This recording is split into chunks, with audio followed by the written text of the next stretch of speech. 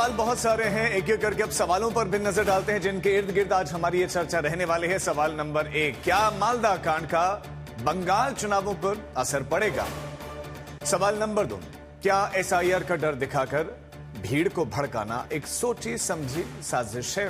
NIA अब इसकी investigation भी करे। सवाल नंबर 3, पश्चिम बंगाल के हर चुनाव में आखिर हिंसा क्यों होती है? पश्चिम बंगाल में चुनाव और हिंसा, हर बार ऐसा होता है, हर बार प्रश्न पूछे जाते हैं। और अब दंगल की शुरुआत करते हैं। खास मेहमान भी हमारे साथ जुड़ गए हैं। हमारे साथ बीजेपी प्रवक्ता शहजाद पूनावाला जुड़े हैं, हमारे साथ संजय शर्मा जुड़े हैं जो कि तृणमूल कांग्रेस के स्पोक्स पर्सन है, हमारे साथ प्रोफेसर दिनेश वार्ष्णेय जुड़े हैं जो कि सीपीआई लीडर हैं, हमारे साथ आदिल हसन भी हैं जो कि प्रवक्ता हैं एआईएमआईएम के, हमारे साथ प्रोफेसर विशाल मिश्रा भी जुड़े जो कि राजनीतिक विश्लेषक हैं।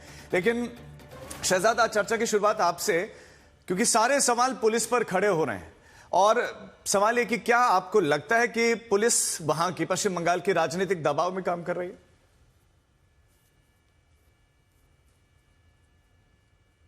जहां पर मां माटी मानुष का नारा दिया गया, राजीव ये सुनिए एक बार।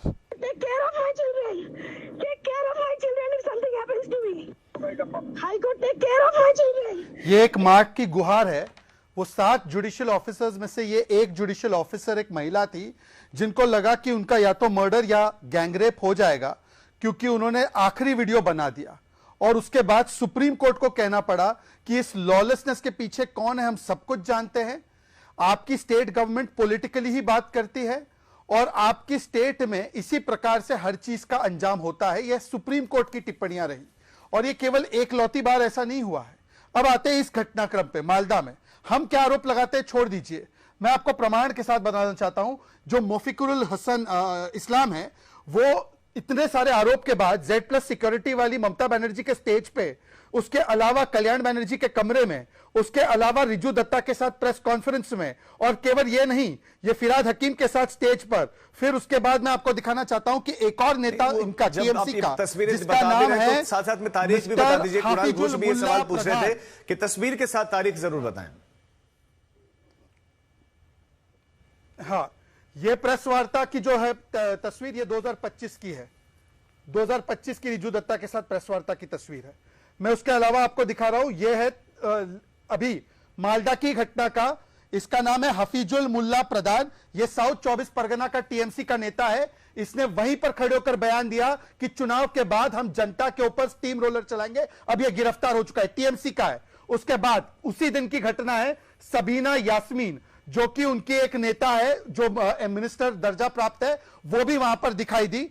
और उसके अलावा और 2-3 नेता टीएमसी के जुड़े हुए नेता उनके लेकिन साथ। शहजाद, एक सवाल ये है भाई, टीएमसी भी सवाल पूछ रहे हैं, वो कह रहे हैं कि अनुभवी अधिकारियों का आपने तबादला कर दिया है ना, और हमारे पास जो प्रशासनिक दायित्व हैं वो नहीं है, वो ये भी कह रहे हैं। हाँ, मुझे पता था ये कहेंगे, इसीलिए कल आपने ममता बनर्जी का स्टेज पर स्पीच सुना। उन्होंने कहा कि हमारी सीआईडी ने, मेरे कहने पर हमारी सीआईडी ने इस मेन अक्यूज को गिरफ्तार किया। भाई, अगर प्रशासन आपके हाथ में नहीं है तो सीआईडी के अरेस्ट लेने का क्रेडिट कैसे ले रही है वो? और बाय द वे, जब इलेक्शन कमीशन किसी भी स्टेट में बायस्ड ऑफिसर्स को ट्रांसफर करता है, इसका मतलब ये नहीं कि day to day administration chief minister के हाथ से हट जाता है। वो सुपरिटेंडेंट्स का पावर होता है, वो हर स्टेट में होता है। इसके अलावा मैं 10 सेकंड और लेना चाहता हूं राजीव जी आपका। जब 2024 में ईडी की टीम पर, सीबीआई की टीम पर, सीआरपीएफ की टीम पर, 2020-21 में अलग अलग एनआईए से लेकर बाकी टीम्स पर हमला, 2021 में पोस्टपोल वायलेंस हुआ, मुर्शिदाबाद में वक्फ के ऊपर वायलेंस हुआ, तब तो इनकी सरकार थी ना, तब किसके ऊपर जिम्मेदारी डालेंगे? रूल ऑफ लॉ ने, लॉ ऑफ द रूलर है, ये हाईकोर्ट ने बोला। और आखिरी बात में से पूछना चाहता हूं कि ये जो बार बार कहते हैं कि हमारी जिम्मेदारी क्या है, फिराद हकीम बोलते हैं इसी के हाथ पैर तोड़ दो, कल्याण बनर्जी बोलते हैं उंगली काट दो, ममता बनर्जी बोलती है कि एनआरसी हो रहा है, महुआ मोइत्रा बोलती है और उनके दूसरे नेता बोलते हैं कि आखिरी खून के कतरे तक की लड़ाई है। इसके बाद क्या होगा? ठीक है, ये मां माटी मानुष नहीं, ये भाईजान बारी और बाबरी बचाओ का एजेंडा। ठीक है संजय शर्मा, बहुत गंभीर आरोप है। आरोप यह है कि पश्चिम बंगाल की पुलिस की वर्दी टीएमसी के प्रभाव में काम करती है और उन्होंने जो तस्वीरें आज दिखाई हैं उसमें तारीख भी बताई है, वो 2025 की तस्वीरें। टीएमसी के साथ सीधा कनेक्शन मुफक्किरुल इस्लाम का बता रहे हैं। देखिए, भारतीय जनता पार्टी तो बता सकती है, बहुत कुछ बता सकती है। इन सारे षड्यंत्रों की जननी तो भारतीय जनता पार्टी ही है। 2014 से विपक्षी शासित राज्यों में जहां विपक्ष की सरकारें हैं, उनको अस्थिर करने में जिन्हें महारत हासिल है, षड्यंत्र शिरोमणि श्री अमित शाह जी पश्चिम बंगाल में ही है। और इनके षड्यंत्रों का जो गुच्छा है उससे यही सब निकल कर आएगा। इनके पास ये फोटोज हैं, संभाल कर रखनी चाहिए, एनआईए को देनी चाहिए। एनआईए खूब डिटेल में इंक्वायरी करे, एक एक चीज डिटेल में इंक्वायरी करे, और उसके बाद दूध का दूध और पानी का पानी हो जाए। लेकिन संजय जी बताइए ना कि तस्वीरों में तो मुफक्किरुल इस्लाम दिख रहा है, और वो बिल्कुल रिसेंट तस्वीरें भी बता रहे हैं कि रिसेंट है बिल्कुल तस्वीरें। अब आप कैसे झूठ लाएंगे? क्या कनेक्शन था उसका टीएमसी से? बता दीजिए कि नहीं। इनको हमारा उससे कोई कनेक्शन नहीं है। 2021 में वो जिस पार्टी का प्रार्थी था, उसके बाद हमारा कनेक्शन रहने का कोई सवाल नहीं है। इनके पास फोटोज है, इनको ये सारे दस्तावेज एनआईए को उपलब्ध करा देना चाहिए। एनआईए इसकी जांच करे और गंभीरता से जांच करे। मुश्किल क्या है, राज्य का शासन चुनाव आयोग ने संभालने के बाद राज्य के थाना स्तर तक के अधिकारियों की बदली कर दी है, और ये कोई काम होता है तो ये लोग दोस्त तृणमूल कांग्रेस को देते हैं। सीआईडी उनके हाथ से बच गई। सीआईडी अधिकारियों का शायद थोड़ा सा इस पर थोड़ा सा और क्लैरिटी दीजिए संजय जी, कि पुलिस उनकी हो गई और सीआईडी आपकी हो गई। मैंने कहा सीआईडी अधिकारियों का तबादला शायद उन्होंने नहीं किया, और जो पहले के अधिकारी थे, सक्षम अधिकारी थे, उन्होंने पकड़ लिया उसको। अब इनके पास है, अब आगे देखिएगा तो सीआईडी अधिकारियों का भी तबादला ये लोग कर देंगे। सक्षम सभी है, लेकिन चुनाव आयोग ने थाना स्तर तक के अधिकारियों को बदल दिया है, बीडीओ तक के सारी अधिकारी को बदल दिया है, डीजी से आईसी और चीफ सेक्रेटरी से बीडीओ सबको तो बदल दिया है। ये बताइए संजय जी, बंगाल के बदल दिए हैं। चुनाव होप सेफ है पश्चिम बंगाल में? फिर अगर इतनी ही कमजोरियां दिख रहे हैं आपको इस लेवल पर, तो क्या चुनाव आयोग करवा पाएगा वहां पर इलेक्शन सही से? शिकायत करवाई आपने चुनाव आयोग से? बिल्कुल, चुनाव आयोग बिल्कुल करवा पाएगा, क्यों नहीं करवा पाएगा। एक घटना को चुनाव आयोग एक जगह फेल हो गया, जरूरी तो नहीं है कि हर जगह होगा, और बहुत अच्छा चुनाव होगा, शानदार चुनाव होगा और शांतिपूर्ण तरीके से चुनाव होगा, बशर्ते षड्यंत्र शिरोमणि के गुच्छे से कुछ और षड्यंत्रकारी कांड नहीं निकलकर सामने आ जाए। ठीक है शहजाद, जल्दी से एक जवाब, फिर दूसरे मेहमान के पास जाऊंगा। देखिए, मैंने तो आपके सामने प्रमाण रखा, लेटेस्ट प्रमाण रखा कि प्रेस वार्ता में राजीव ढोंडियाल जी, आप एक सीनियर पत्रकार है, आप जानते हैं कि चलिए इधर उधर तो फोटोग्राफ निकाल सकते हैं। प्रेस वार्ता में, जैसे आदिल जी ने आज प्रेस वार्ता की है, तो उनकी प्रेस वार्ता में स्टेज पर कोई भी जाकर नहीं बैठ सकता जब तक कि आप उसको अलाउ ना करें। उस प्रेस वार्ता में 2025 में यह मुफक्किरुल इस्लाम बैठा हुआ था, तो इसका मतलब ये उनका वेरीफाइड नेता है। Point number 1। पॉइंट नंबर 2, मैं तो पूछना चाहता हूं कि चलिए यह घटना छोड़िए, इस घटना पे तो सुप्रीम कोर्ट ने बोला कि आपकी सरकार directly responsible, West Bengal government को इन्होंने जिम्मेदार पाया, पर इसके अलावा जो 2020 से लेकर 24 तक ईडी, सीबीआई, एनआईए की टीम पर हमला, वक्फ के बाद हमला, सीए के बाद हमला, उसमें तो आपकी सरकार थी ना, पूरी तरह से थी। वहां पे क्या किया, आरजीकर हॉस्पिटल को डिस्ट्रॉय और डैमेज कर दिया ताकि सबूत ना मिले और बलात्कारी बच जाए, यह तो उनका किया धरा था। पर आखिरी बात मैं आपको एक और प्रमाण बताना चाहता हूं, इनके एक और नेता है राजू मंडल जो गिरफ्तार हुए हैं। वो राजू मंडल, संजय जी मैंने आपके बीच में नहीं बोला, प्लीज धैर्य रखिए। राजू मंडल को अभी गिरफ्तार किया है, एक दिन पहले। वो जाकर टीएमसी के नाम पर वोट मांगते समय धमका रहे थे कि अगर वोटर बाहर निकलकर किसी और पार्टी को वोट देंगे तो वो उनके हाथ पैर तोड़ देंगे, लाउड स्पीकर पर, और उसको गिरफ्तार किया गया है। यह टीएमसी मतलब द माफिया कल्चर, टीएमसी मतलब तानाशाही मुझे चाहिए। और लास्ट टाइम भी मैंने 10 आंकड़े गिनाए थे कि क्यों 6000 इंडस्ट्री निकल गई, क्यों सबसे ज्यादा एसिड अटैक होता है, क्यों महिलाएं असुरक्षित है, क्यों 20 सेकंड में संजय जैसे 20 सेकंड में जवाब देना। कोई जवाब नहीं है। ये भारतीय जनता पार्टी मुगालते में है। प्रेस कॉन्फ्रेंस वाले का जवाब दीजिए ना, प्रेस कॉन्फ्रेंस में था वो आपके। अरे हाँ, मैंने पहले ही कहा था ये सारे डॉक्यूमेंट इनको एनआईए को देने चाहिए, एनआईए जांच कर ले वो कहाँ था नहीं था। आप कह रहे तस्वीर फर्जी है। एक नंबर 1 और नंबर 2 बात यह है, ये कह रहे आरजी कोर कांड में सीबीआई की जांच हो चुकी है। सीबीआई ने, लोगों ने मांगा था, सरकार ने सीबीआई करवाया है। अब सीबीआई जांच के बाद भी भाजपा रोनर होती है तो सीबीआई की तोता फजीती हो सकती है, मुझे उससे कुछ नहीं करना, ये भाजपा जाने और सीबीआई जाने। 3, ये बंगाल में उद्योग धंधों की बात कर रहे हैं। 20, मैं एक थोड़ा सा रेफरेंस लूंगा बिहार का।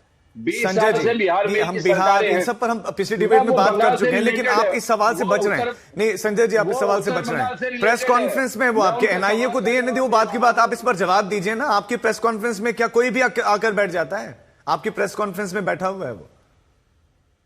अरे वो बैठा हुआ जांच करिए ना, इनका क्या भरोसा, ये कौन सी फोटो कब लगा दे। ठीक और है, एआई एनआईए को बताएंगे। दीजिए, एनआईए जांच करेगी, एनआईए बोल देगी। ठीक है। और जहां तक उद्योग धंधों की बात है, उत्तर बंगाल में हमारा ये जो क्षेत्र है, यहाँ पर इनके शासित राज्य से काफी संख्या में लोग आए हैं, यहाँ उद्योग धंधा लगा रहे हैं, बिहार नहीं जा रहे हैं वापस। उनको बंगाल अच्छा लगता है, अच्छी भूमि लगती है और अच्छा प्रशासन लगता है। बिहार के नेता चुनाव प्रचार में जब उत्तर बंगाल आते हैं, उनके वहां जाते हैं चाय नाश्ते के लिए, उनको कहते हैं चलिए बिहार चलिए, वो ना कर देते हैं। बोला भाई साहब यहाँ बहुत शांति में, हम मजे में है, आनंद में है। ये स्ट्रक्चर है इनके शासित राज्यों का और पश्चिम बंगाल का, और ये लोग बात करते हैं। ठीक है। आदिल हसन साहब, बीजेपी टीएमसी पर आरोप लगा रही है, टीएमसी बीजेपी पर आरोप लगा रही है, लेकिन एक्चुअल में जो एआईएमआईएम के साथ मुफक्करुल इस्लाम का कनेक्शन रहा है, वो तो सब जानते हैं कि आपने एक ऐसे व्यक्ति को जिसने भड़काया, उसको, वो आपकी पार्टी का कैंडिडेट भी था। शुभेंदु अधिकारी भी टीएमसी के कैंडिडेट थे। क्या कीजिएगा, आज लीड ऑपोजिशन है बीजेपी के, अब क्या कीजिएगा, क्या करे। 2021 में वो साहब कैंडिडेट थे और आज 2026 की बात हो रही है। ममता बनर्जी जी गुजरात जल रहा था, न जकिया जाफरी याद, बिल्किस बानो याद आया, ना गुलबर्गा सोसाइटी आया, मोदी जी की बहन बनकर कैंपेन कर रही थी, ढोकला खा रही थी। क्या बंगाल का मुसलमान ये चीज नहीं देख रहा है? क्या मोदी जी और ममता जी बहन भाई हैं, ये नहीं जान रहे हैं आप? क्या आलिया यूनिवर्सिटी में एक बच्चे को मार दिया गया, उसका जांच नहीं हुआ, नहीं देखा? क्या यहाँ नॉर्थ बंगाल में एक भी इंडस्ट्री नहीं है? वहां चायपत्ती वर्कर, बीड़ी वर्कर को मजदूरी नहीं मिलती है। सबसे ज्यादा पलायन मालदा, मुर्शिदाबाद, नॉर्थ दिनाजपुर, इस्लामपुर को वहां के एमएलए ने डिस्ट्रिक्ट बनाने की मांग की, ममता बनर्जी ने उनका टिकट काट दिया। इस्लामपुर अगर डिस्ट्रिक्ट बन जाए तो क्या दिक्कत है? इतना दूर है, बनना चाहिए था। पानी में आयरन है, आर्सेनिक है, रोजगार नहीं है। एक भी नॉर्थ बंगाल में यूनिवर्सिटी नहीं है, मेडिकल यूनिवर्सिटी नहीं है, कॉलेज नहीं है, इंडस्ट्री नहीं है। अदानी का इन्वेस्टमेंट, ये मिडिल ईस्ट का आदिल हसन साहब, ये सारी इन्वेस्टमेंट समस्याएं ठीक है, लेकिन मैं चाहता हूं कि आज जरा जनता के सामने क्लैरिटी हो जाए, क्योंकि टीएमसी कहती है बीजेपी, बीजेपी कहते हैं टीएमसी, लेकिन एआईएमआईएम आपकी पार्टी में तो थे, वो आपके कैंडिडेट थे, लेकिन कब पार्टी से अलग हुए, कुछ तारीख इत्यादि बताएंगे आप? कब निकाला आपने पार्टी से, या उन्होंने छोड़ा, कब छोड़ा? 2021 का चुनाव लड़ने के बाद वो पार्टी में एक्टिव नहीं थे। आपको शहजाद दिखा रहे फोटो, ममता जी के साथ भी उनका बीच, सबके साथ फोटो भी दिख रहा है, अब आप समझ लीजिए। लेकिन वो एसआईआर पे तो टोटल फेलियर है ना, ये तो आईजी इंटेलिजेंस का फेलियर है ना। इलेक्शन कमीशन को आईजी इंटेलिजेंस को सस्पेंड करना चाहिए ना। डीएमएसपी कैसे हो गया, सुप्रीम कोर्ट को इंटरवीन करना पड़ा। ये स्टेट सरकार के लिए कितने शर्म की बात है कि जज जुडिशियल पदाधिकारी को अरेस्ट हो रहा है, मतलब उसको बंधक बना दिया गया है, और डिस्ट्रिक्ट मजिस्ट्रेट और एसपी पर अभी तक कोई कार्रवाई नहीं हुई। आईजी इंटेलिजेंस पे कोई कार्रवाई नहीं हुई। इसको सस्पेंड करना चाहिए, इसको ब्लैकलिस्ट करना चाहिए इलेक्शन में। आखिर 9 घंटा, 8 घंटा, 7 घंटा क्यों बंधक बनेगा भाई? एसपीडीएम क्या कर रहा था? उसका काम क्या है? सरदार वल्लभ भाई एकेडमी में वो क्या पढ़ाई किया? लवासना में उसने क्या पढ़ाई की? सुप्रीम कोर्ट की फैक्ट फाइंडिंग कमेटी की रिपोर्ट है, 45 मिनट के अंदर में कोई भी दंगा को डीएमएसपी रोक सकता है। क्या डीएमएसपी कर रहे थे भाई? इलेक्शन कमीशन क्यों नहीं उसको सस्पेंड कर रहा है उनको? क्यों नहीं? ये सवाल मैं पूछूंगा, लेकिन ठीक है, जब भी कुछ दिक्कत आता है ममता बनर्जी जी को, तो मुसलमान को आगे कर देती है। मतलब ये बीजेपी का डर दिखा के, जबकि गुजरात जब था दोनों भाई बहन मोदी जी ममता जी साथ थे। ये बंगाल की आवाम जान रही है और जानना चाहिए, पूछ रही है बंगाल की आवाम। वो तो आप पर भी फिर बीजेपी की बी टीम होने का आरोप लगाते हैं ना। बोलने दीजिए, अभी राज्यसभा में बिहार में आपने देखा तेजस्वी जी किसके आए, कांग्रेस का 3 एमएलए चला गया। ममता बनर्जी आसाम चुनाव लड़ रही है, गोवा चुनाव लड़ रही है, त्रिपुरा लड़ रही है। क्यों ममता बनर्जी चुनाव लड़ रही है गोवा में? क्यों आसाम में लड़ी? क्यों त्रिपुरा में लड़ रही है? मेघालय में क्यों लड़ रही है? ममता बनर्जी का क्या स्टेक है वहां पर? नॉर्थ बंगाल को क्यों नेग्लेक्ट किया गया? इंडस्ट्री नहीं, किस हैसियत से ममता बनर्जी गोवा जाके चुनाव लड़ी, आप ही बताइए। ठीक है, मैं इसका जवाब दूंगा, संजय जी से जवाब दूंगा, लेकिन उससे पहले प्रोफेसर दिनेश वार्ष्णेय जी, क्या मालदा की घटना की स्थिति को जानबूझकर उस दिन हल्के में लिया, वहां घंटों तक बंधक बने रहे? सुप्रीम कोर्ट की टिप्पणियां भी ये दर्शा रही हैं। एकदम सुप्रीम कोर्ट सही कह रहा है। देखो राजीव जी, एक बात तो क्लियर है कि जो मालदा में हुआ है उसकी इजाजत नहीं होनी चाहिए और ना इजाजत दी जा सकती है निश्चित तौर पे। और इस गुंडागर्दी में टीएमसी और बीजेपी दोनों ही एक ही थैली के चट्टे बट्टे हैं। वो क्योंकि उसके मौलिक कारणों में जाओगे कि वो मालदा की हिंसा क्यों हुई, तो मौलिक कारणों में बीजेपी भी इलेक्शन कमीशन के थ्रू मिलेगी। इलेक्शन कमीशन जो है वो कंप्रोमाइज है बीजेपी के साथ। दोनों ये चाहते हैं, बीजेपी और टीएमसी बंगाल में, कि चुनाव जो है मौलिक रूप से सिर्फ हिंसा, सांप्रदायिकता, हिंदू मुसलमान इसी पे अटका रहे, महंगाई पे ना जाए, बेरोजगारी पे ना जाए, एलपीजी की जबरदस्त शॉर्टेज है, पूरे हिंदुस्तान दोबारा से लाइनों में खड़ा हुआ है, उस पे ना जाए। जबरदस्त महंगाई हो रखी है इस समय। आपको पता है कि चाय के दाम 15 रुपए हो गए 10 रुपए से एकदम। आपको पता है कि सरकारी कैंटीनों में जो थाली 40 रुपए की मिलती थी वो 70 रुपए की मिलनी शुरू हो गई है। आपको पता है सरकारी अस्पतालों में जो थाली 60 रुपए की मिलती थी वो 110 रुपए की मिलनी शुरू हो गई है। इसको कोई बात नहीं देना चाहेंगे। वामपंथी पार्टियां ये चाहती हैं कि बंगाल में चुनाव मौलिक मुद्दों पे हो, ये नहीं चाहेंगे कि मौलिक मुद्दों पर, ये जानबूझ के ऐसा करेंगे। मालदा हिंसा, माननीय सुप्रीम कोर्ट को भी ये देखना चाहिए कि जुडिशियल ऑफिसर को बंधक बनाना एक बहुत गैर कानूनी बात है, बहुत ही निंदनीय, और हम इसकी सख्त निंदा करते हैं। पर साथ ही साथ माननीय सर्वोच्च न्यायालय को यह भी देखना चाहिए कि मालदा हिंसा के नीचे क्या मौलिक कारण क्या है। मौलिक कारण ये कि एकदम गोटे 4 लाख काट दी गई लास्ट डे, वो भी तो देखना पड़ा। वो 4 लाख लोग कौन है, किस समुदाय हैं, क्या अल्पसंख्यकों को जानबूझ के अलग किया जा रहा है, क्या माइनॉरिटीज को जानबूझ के उनकी वोटें खाई जा रही हैं। और ये भी देखना पड़ेगा कि आज ही एक खबर आई है जिसको बड़ा रिलायबल न्यूज है वो, कि गुजरात से इन्होंने सूरत से लोग वहां भेजे हैं बंगाली समुदाय के, कि हर वोटिंग वोट पे 5-5 हजार बंगाली वोट डलवाइए। इन्होंने ठेका उठाया, इन्होंने बिहार से ऐसे ठेका उठाया, ये सब जगह से ठेका उठा रहे हैं। इनका ये ट्रांजिशन कहां से आ रहा है, आप दे रहे हैं, हम अभी इसकी पुष्टि नहीं करते हैं। एआईएमआईएम की बात है, वो भी इसी थैली के चट्टे ठीक है प्रोफेसर। तीनों ये चाहते हैं कि सांप्रदायिकता बनी रहे इंसान में। ठीक है प्रोफेसर विशाल, अब आपके पास आते हुए कि मालदा हिंसा के जो अगर तह तक जाएंगे तो बीजेपी और टीएमसी दोनों हैं, और वो कह रहे हैं कि दोनों को बराबर फायदा होगा, इसलिए इस तरह की घटना होती है।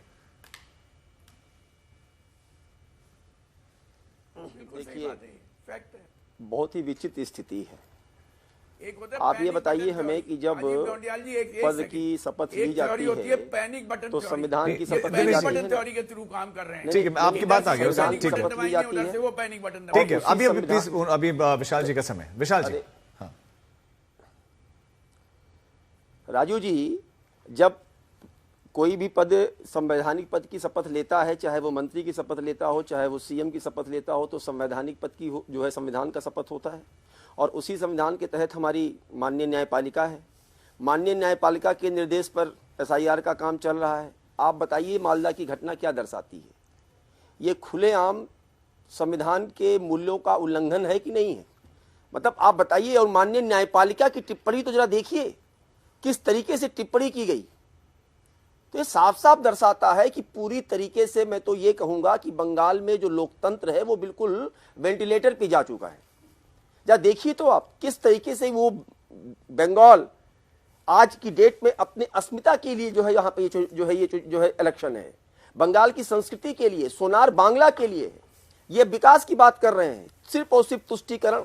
बॉर्डर की फेंसिंग नहीं होने दिया, वो तो हम लोगों ने कई बार डिबेट कर लिया, 563 किलोमीटर के आसपास क्यों नहीं होने दिया। और तब उसके बाद माननीय न्यायपालिका की क्या फटकार लगी। अभी यहां पर कुछ लोग बोल देंगे कि नहीं, वो तो जो है केंद्र सरकार को लेना की जिम्मेदारी है। अरे भूमि तो आप उपलब्ध कराओगे ना, लेकिन नहीं, भूमि उपलब्ध करा दोगे, फेंसिंग हो जाएगी, तो आपके जो फिल्ट्रेटर है, जो है घुस बैठी है। लेकिन विशाल जी, चुनाव आयोग से क्या सवाल नहीं पूछा जाएगा कि आपने कहा था कि पश्चिम बंगाल में हम पूरी तरह से तैयार हैं चुनाव करवाने के लिए, लेकिन मालदा की घटना हो गई ना। नहीं, अब आप नहीं, अब देखिए ना, अब क्यों जब चुनाव आयोग ट्रांसफर कर रहा है, चुनाव आयोग अधिकारियों की नियुक्ति कर रहा है, तो अब आप देख रहे हैं आप ही के डिबेट पर भी किस प्रकार से टिप्पणी की जा रही है। इनका ट्रांसफर कर दिया, उनका ट्रांसफर कर दिया। क्या चाहते हैं आप? पूरे के पूरे पश्चिम बंगाल को अराजकता में ढकेलना चाहते हैं क्या आप? और आप आज की डेट में पिछले 15 सालों में नहीं, पिछले 15 सालों में बंगाल को ले कहां आए? पश्चिम बंगाल को, जहां पर 8-8 हजार स्कूल बंद हो जा रहे हो, 18,450 एमएसएमई मीडियम स्केल इंडस्ट्रीज बंद हो जा रही हो, जहां पे 30 लाख लोग जो है बेरोजगारी हो जा रही हो, जहां पे आलू का निर्यात बंद हो जा रहा हो, जहां पे आयुष्मान कार्ड बैन हो, सुपर स्पेशलिटी हॉस्पिटल केवल कागज पर हो, जहां पे हमारे स्वतंत्रता सेनानी खुदीराम बोस को आतंकी की जो है श्रेणी में पढ़ाया जा रहा हो टेक्स्ट बुक में। या देखिए तो कहां ले आए पश्चिम बंगाल को। मैं जवाब दूंगा संजय, लेकिन चुनाव आयोग एक्शन ले रहा है, तब उसके बाद में चुनाव आयोग ठीक पर आप टिप्पणी कर रहे है हैं। शहजाद, पहला तो आज के चुनाव डेट में आयोग राजू जी वहां पर की सिर्फ एक तैयारियों लाख पर क्या ये का पूरी घटना और प्रश्न चिन्ह करप्शन, खड़ा नहीं करते? यही ठीक चीज है वहां विशाल पर से मैं आपके पास जो है लौटूंगा, हो गया है। लेकिन और शहजाद चुनाव दूसरा आयोग ये बयान ले दूसरा रहा है, सवाल चुनाव नहीं शहजाद, दूसरा सवाल ये है कि आप उस घटना पर चिंता तो व्यक्त कर रहे हैं, लेकिन वो जो वोटर वहां पर आए थे जिनको अपना वोट कटने की चिंता थी, उस चिंता की कोई बात नहीं कर रहा है। मैं इसी विषय को एड्रेस करना चाह रहा था। 12 राज्यों में एसआईआर, जिसमें कि 3 चुनावी राज्य है, केरलम, तमिलनाडु और बंगाल, और तीनों जगह पर लेफ्ट भी अच्छे तरीके से लड़ रही है। केरलम में ना कोई बवाल, ना जुडिशियल ऑफिसर, ना कोई इस प्रकार के अनर्गल आरोप प्रत्यारोप, ना तमिलनाडु में। केवल बंगाल में यह स्थितियां उत्पन्न हुई, और जहां पर सुप्रीम कोर्ट की निगरानी में एक के बाद एक सप्लीमेंट्री लिस्ट आकर एडजुडिकेशन लगातार हो रहा है। कल भी एक सप्लीमेंट्री लिस्ट आई, तो जो 60 लाख नाम कटे थे उसमें से 52 लाख से 53 लाख का निपटारा हो चुका है। 7-8 लाख बाकी है, जो 1-2 दिन में शायद मुझे लगता है इलेक्शन कमीशन कर देगा। अगर आपकी फिर भी कोई डाउट हो तो सुप्रीम कोर्ट मॉनिटर्ड प्रोब चल रही है। कपिल सिब्बल आप खड़ा कर देते हैं लॉयर के रूप में, तो तब ये क्या वायलेंस करने की आवश्यकता? पॉइंट नंबर 2, देखिए हमारे वार्ष्णेय साहब प्रोफेसर है, पर ये नोएडा का जीपीएस लगाकर गुरुग्राम जाते हैं। भाई केरलम में तो कोई वायलेंस नहीं हो रहा है एसआईआर पर, आप बंगाल में टीएमसी की बी टीम बनके या सी टीम बनके पता नहीं क्या करना चाहते हैं, कीजिए। आप वहां पे तो 0 हो ही चुके हो बंगाल में, आप सीधे सीधे अलायंस कर दीजिए ना। इनकी बेशर्मी देखिए कि आईएसएफ का एक आदमी मौलाना शाहजहां, देखिए मैंने अपनी बात पूरी नहीं की है, मैं रिक्वेस्ट करूंगा मेरी बात आ जाए। राजीव जी मेरी बात, दिनेश जी मैं आपको रिएक्ट करने का मौका दूंगा। मैं उनको सवाल, चौथा व्यक्ति पकड़ा गया है केरल पर, तमिलनाडु पे मैं भी मैं आपको समय दूंगा दिनेश जी। हाँ 20 सेकंड में शहजाद कंप्लीट करें। हाँ 20 सेकंड ही लूंगा। मालदा वायलेंस में एक और व्यक्ति जो पकड़ा गया है उसका नाम है मौलाना शाहजहां, जो आईएसएफ से है, और ISF Indian secular front Furfura Sharif का अलायंस लेफ्ट और कांग्रेस के साथ है। ये किस दुनिया में? और आखिरी बात देखिए, ये एक बहुत सुखद अनुभव है मेरे लिए। लेफ्ट बोलती है कि मैं टीएमसी मेरी बी टीम, एमआईएम बोलती है टीएमसी मेरी बी टीम, और टीएमसी बोलती है एमआईएम मेरी बी टीम। मतलब ए टीम बंगाल में मैं ही हूं, यह बात गांठ बांध कर रखे। ये एमआईएम और टीएमसी छोटे मियां बड़े मियां की लड़ाई में है। कौन बनेगा सबसे बड़ा भाईजान, कौन बनेगा सबसे बड़ी कैप मतलब कॉम्पिटिटिव अपीजमेंट पॉलिटिक्स। तो आदिल हसन बोलेंगे मैं शरिया लागू करूंगा, तो वो संजय शर्मा बोलेंगे नहीं मैं मुसलमानों के लिए वक्फ लागू नहीं होने दूंगा, मैं सीए लागू नहीं होने दूंगा। तो आदिल हसन बोलेंगे कि मैं मुसलमानों को 3 तलाक का अधिकार दूंगा, तो फिर संजय शर्मा बोलेंगे कि मैं माइनॉरिटी के लिए 5,000 करोड़ दूंगा और पूरे नॉर्थ बंगाल को 900 करोड़ दूंगा। ये दोनों में तुष्टीकरण का एक आरोप बीजेपी पर यह भी लग रहा है कि आप उन वोटर को लेकर इसलिए बहुत ज्यादा चिंतित नहीं है या बहुत ज्यादा गंभीर इसलिए नहीं है क्योंकि शायद वो मुस्लिम कम्युनिटी से हैं और शायद वो बीजेपी को वोट नहीं देगा, इसलिए आप उनकी मांग को ये कह रहे हैं कि भाई चुनाव आयोग कर लेगा, चीजें ठीक कर लेगा, हो जाएगा, सब्र रखें, धैर्य रखें। नहीं, चुनाव तो आने वाले हैं, उनका नाम नहीं है तो चिंता तो होगी उनको। मुझे आपके साथ एक डिबेट करने का सौभाग्य तब मिला जब बिहार में इसी प्रकार का कि मुस्लिम और दलित समाज के लोगों के नाम कट रहे हैं, और संयोग से उस दिन पर वो मामला सुप्रीम कोर्ट गया और सुप्रीम कोर्ट ने इनको पूछा कि 10 नाम तो दे दो। इन्होंने एक एफिडेविट दिया, वो भी फर्जी निकला। वहां पर भी यही नैरेटिव था कि मुसलमानों का नाम, अरे भाई हम लोग सीए लाए तो मुसलमान विरोधी, हम लोग एसआईआर करें तो मुसलमान विरोधी, अगर 3 तलाक का कानून लाए तो मुसलमान विरोधी, योगा कराए तो मुसलमान विरोधी, वंदे मातरम पूरा गाओ तो मुसलमान विरोधी। इनको तो मुसलमान विरोधी हर कुछ लगता है भाई। अब क्या किया जाए, इनका इलाज ही कुछ नहीं है। ये वैसे आदिल हसन का वोट लेना चाहते हैं। इसमें शक है कोई? ठीक है प्रोफेसर दिनेश बोलिए जल्दी से। हाँ जी, अरे जो तुम बातें कह रहे हो इसमें तुम्हें शक है? तुम हो ही मैं आ रहा हूं, एक आदिल जी आपके पास भी आऊंगा। प्रोफेसर दिनेश बोलिए। इसमें क्या शक है? आप पहले नोएडा का मैप लगाओ। आप गुरुग्राम जा रहे हो नोएडा के बदले। केरल में और तमिलनाडु में इनकी हैसियत नहीं है दंगे कराने की। केरल और तमिलनाडु में इनकी औकात नहीं है कि ये दंगे करा रहे। इनकी पिटाई करेगी जनता, इनकी पिटाई करेगी जनता। केरल की जनता बहुत प्रोग्रेसिव है, हाईली लिटरेट है। तो पश्चिम बंगाल की जनता नहीं है? बहुत प्रोग्रेसिव है, हाईली पश्चिम बंगाल की जनता नहीं है। 1 लाख स्कूल बंद कर दिए पूरे हिंदुस्तान में। इन्होंने भी, इनकी तो हर नीति फेल हो रखी है। और टीएमसी और तुम दोनों एक ही थाली के चट्टे बट्टे हो। शहजाद साहब मैं अभी भी कह रहा हूँ आपको, तुम पैनिक बटन जारी करते हो। पैनिक बटन दबाते हो। आदिल हसन जल्दी से 20 सेकंड में अपनी बात रखें बस। आप बात करते हैं स्टेटलेस सोसाइटी की, तो आप बात करते हैं। विशाल जी मैं सबको सबका पर्याप्त समय मिलेगा, बस जब मैं जिसके पास जा रहा हूँ प्लीज वही बोलें। हाँ आदिल हसन। राजीव भाई 66% जो नाम कटा है SIR में, उसमें अभी जो बचा है एजुकेशन में, उसमें 66% मुसलमानों का, क्यों नहीं उसके बारे में बात की जाए, उसको इंसाफ मिले। इलेक्शन कमीशन तो कर्तव्य है ना, वोटर को वोट दिलवाए, प्रचार करवाता है खिलाड़ियों से, फिल्म इंडस्ट्री के लोगों से, लेकिन 66% जो नाम बचे उसमें मुसलमान है, तो बीजेपी तो इजी लेगी ना। उनका उनका कौन एड्रेस करेगा? इलेक्शन कमीशन को ये सोचना पड़ेगा ना। आप SRI देखिए, तेलंगाना में SIR हो रहा है, अभी से हम लोग पूरी मेहनत कर रहे हैं, लोग का हर नाम जुड़े। इलेक्शन कमीशन का परम कर्तव्य है कि इलेक्शन दिलवाए, लेकिन 66% लोगों का जो नाम में मुसलमान है, तो ये तो एक क्वेश्चन है। और ममता बनर्जी से भी क्वेश्चन है, भाई बहन के लिए कल प्रचार कर रहे थे, आज हम पे बोल रहे हैं। लेफ्ट जो है, जो न्यूक्लियर डील में बीजेपी के साथ था, आज हम पर बोल रहा है। तो मतलब हम ही सबसे ज्यादा, हम ही पर 12-14 सीट पे लड़ रहे हैं। हम चाहते हैं कि माइनॉरिटीज का, मुसलमानों का, दलितों का एक रिप्रेजेंटेशन खड़ा हो। इनको उसका दिक्कत है। आलिया यूनिवर्सिटी पे नहीं बात करेंगे वो लड़का के डेथ पर। ममता बनर्जी मुसलमानों के नॉर्थ बंगाल में, आप ही बोलिए, नॉर्थ बंगाल जो नेग्लेक्ट किया है, एम्स की बात थी, अभी तक नहीं खुला। आप बताइए कि नॉर्थ स्पेशल पैकेज की बात थी, नॉर्थ बंगाल को नहीं खुला। सबसे बड़ा बांग्लादेशी शेख हसीना को मोदी जी रखे हुए, उस पर नहीं बोलेंगे। अब बांग्लादेश को सस्ता डीजल भेज रहे हैं, उस पर मोदी जी कुछ नहीं बोलेंगे। ठीक है, इसका जवाब मैं शहजाद से लूंगा, लेकिन उससे पहले संजय जी, आपकी तरफ भी सवाल थे उनके कि भाई पश्चिम बंगाल के मुस्लिम के प्रति आप लोग भी बहुत ज्यादा जिम्मेदार दिखते नहीं, वो आरोप लगा रहे हैं। कौन नहीं दिखते हैं? TMC। भाई TMC का क्या बात है? ममता जी जब मोदी जी के साथ नहीं, आदिल जी, ये सवाल मेरे संजय जी से है। आदिल जी, संजय जी पूछिए ना, TMC क्यों प्रचार कर रही थी ममता जी मोदी जी के लिए? देखिए, आदिल जी और हुमायूं जी, आदिल जी अभी संजय जी की बात है। हाँ, आदिल जी और हुमायूं जी जनता की अदालत में है। 2021 में भी आदिल जी की पार्टी जनता की अदालत में थी। अब हुमायूं कबीर उनके साथ एड हुए हैं। उनके साथ जो करना है वो जनता को ही करना है, और 4 मई को नतीजे बता देंगे ये कहां है और कौन कहां है। एक नंबर 2, अभी शहजाद पूनावाला जी और विशाल जी, मैं इनको सुन रहा था। विशाल जी तो राजनीतिक विश्लेषक के रूप में है, लेकिन उनका एजेंडा साफ दिख रहा है। पश्चिम बंगाल में यदि विकास के पैमाने की बात करेंगे तो इनके भाजपा शासित राज्य हमारे सामने कहीं नहीं है। अभी अब विकास में बात करते हैं, लेकिन अभी लॉ एंड ऑर्डर पर आ जाए। संजय जी वही कह रहे हैं कि और भी तो प्रदेश है ना जहां पर चुनाव हो रहे हैं, वहां से तो ऐसी खबरें नहीं आ रही हैं, लेकिन पश्चिम बंगाल से आती हैं।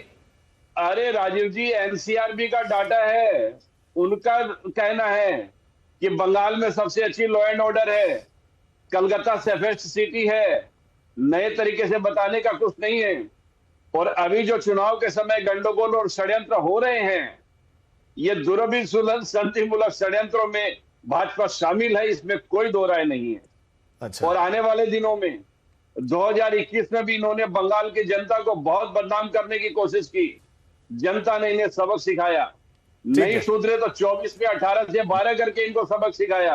ये अभी भी नहीं सुधरे, और इस चुनाव में आप देख लीजिए। ठीक है संजय जी, शहजाद जी सवाल आपकी तरफ है, इसका जवाब दीजिए। बंगाल की धरती को समझना होगा। और ठीक है, NCRB का डेटा कह रहे हैं कि सबसे सेफेस्ट है, हिंसा मुक्त है। नहीं, और 66% मुस्लिम वाला जो आदिल जी ने सवाल उठाया था, उस पर मैं आपका जवाब चाहूंगा। हाँ राजीव, प्रत्यक्षम किम प्रमाणम। भाई हमने तो सेफ्टी का देख लिया, जुडिशियल ऑफिसर को कितना सेफ लग रहा था। और सबसे लोएस्ट कन्विक्शन रेट महिलाओं के अपराध में अगर किसी राज्य में तो पश्चिम बंगाल में, हाईएस्ट उत्तर प्रदेश में। TMC का मतलब ही बन चुका है द मुल्ला कैलिफेट। भाई 5,500 करोड़ इन्होंने मदरसों को दे दिए, और आपको पता है इरिगेशन के लिए कितना? 1500 करोड़ पूरे बंगाल के। IT डिपार्टमेंट को कितना? 1200 करोड़। मतलब मुल्ला मियां मदरसा के लिए 5,000 करोड़, और 1200 करोड़ किसानों के लिए, 1200 करोड़ किसानों के लिए, 900 करोड़ पूरे नॉर्थ बंगाल के लिए, और 5,700 करोड़ मदरसों के लिए। इसीलिए मैं कहता हूं ये मुल्ला कॉकस है, द मुल्ला कॉकस। मैं समझ दूंगा। बीच में क्यों बोल रहे हो भाई? संजय, मैं जवाब बीच में मत बोलिए, बीच में मत बोलिए। आखिरी बात, इन्होंने अभी कहा कि बीजेपी रिस्पॉन्सिबल है, तो उनसे बोलिए कि FIR में कितने बीजेपी के लोगों के नाम है। और वो वार्ष्णेय जी ने तो गिव अप ही कर दिया, वो तो सीधे सीधे TMC को क्लीन चिट दे रहे। लेफ्ट के वोटर, कांग्रेस के वोटर, आपकी भी रक्षा हम ही करेंगे, ये लोग नहीं आएंगे। ठीक है संजय जी, सिर्फ 15 सेकंड, फिर मैं विशाल जी के पास जाऊंगा। हाँ। अरे इनका खुद का कोई ठिकाना नहीं है, 4 मई के बाद ये दिखेंगे नहीं। हमने तो अमित शाह जी से ही कहा है कि आप रुक रहे हैं कुछ दिन, तो 6-7 मई तक रुकिए, थोड़ा आनंद लेके जाइएगा इलेक्शन के बाद का। और ये कहते रक्षा करेंगे, सारा देश इन्होंने खतरे में डाल दिया है। जनता को गैसों की लाइन में लगा दिया और ये हमारी रक्षा करेंगे। ठीक ये है। किस मुंह से ऐसी बकवास कर लेते हैं, मेरे तो समझ से बाहर है। और जहां तक पश्चिम बंगाल की बात है, यहाँ चारों तरफ अमन और शांति है। कुछ एक घटनाएं हुई है अपवाद स्वरूप, चुनाव आयोग निश्चित रूप से संज्ञान लेगा और अधिकारियों चलो के कम से कम ट्रांसफर में आपको भी थोड़ी चुनाव आयोग पर समझदारी यहाँ से काम भरोसा तो लेता, है कि वो तो संज्ञान लेगा। शायद ऐसी ठीक है हालात- प्रोफेसर विशाल, अब शायद आपके ऐसी पास हालात आते नहीं हुए हो। क्या आपको नहीं लगता है कि ये मामला बहुत गंभीर हो जाता है, इसको एक्चुअल में एड्रेस करने की आवश्यकता है जब ऑपोजिशन भी ये सवाल उठाता है कि भाई जो वोटर लिस्ट है उसमें से जब नाम कटते हैं तो उसमें 66% मुस्लिम होते हैं, तो आपको भी कहीं संदेह नहीं होता कि कहीं टारगेट तो नहीं किया जा रहा है एक धर्म विशेष को? देखिए राजू जी, ये सिर्फ बैठकर एक नकारात्मक प्रोपेगेंडा नैरेटिव चलाने के लिए कहा जाता है।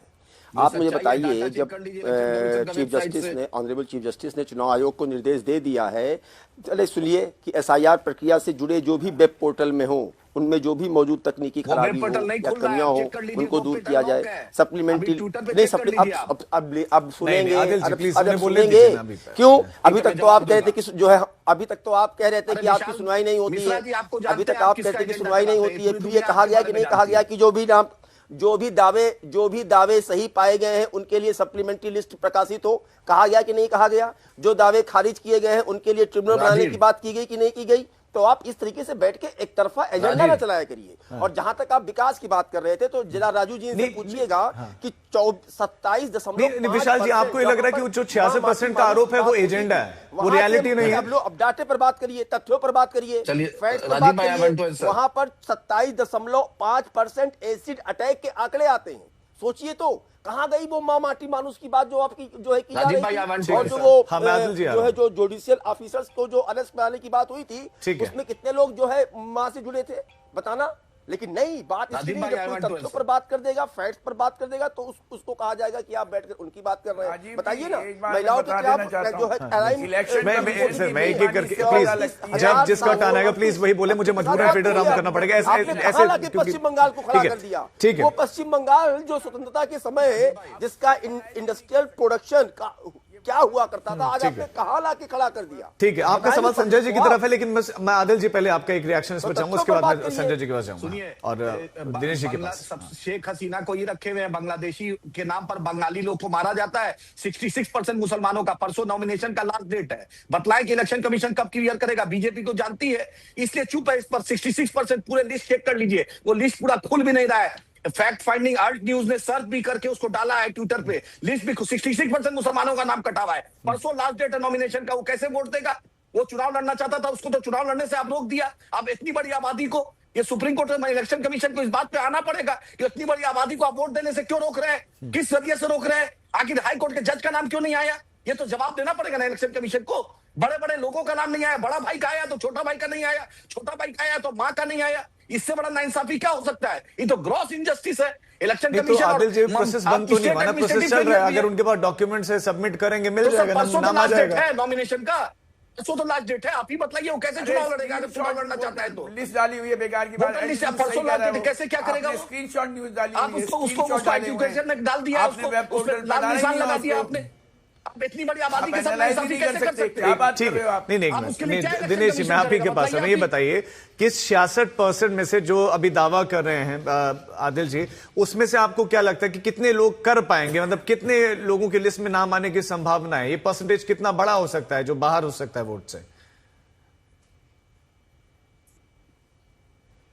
दिनेश जी आप बोलिए। 10 सेकंड राजीव भाई लेंगे, 10 सेकंड लेंगे राजीव भाई। देखिए अभी तो कुछ पता नहीं। राजीव जी देखिए, ये स्क्रीनशॉट डाटा डाला हुआ है इलेक्शन कमीशन ने, वो वेब पोर्टल नहीं खुल रहा है। प्रोफेसर मिश्रा गलत कर रहे हैं, र्यूमर गलत फैला रहे हैं। बड़े अफसोस की बात है, पढ़े लिखे आदमी है।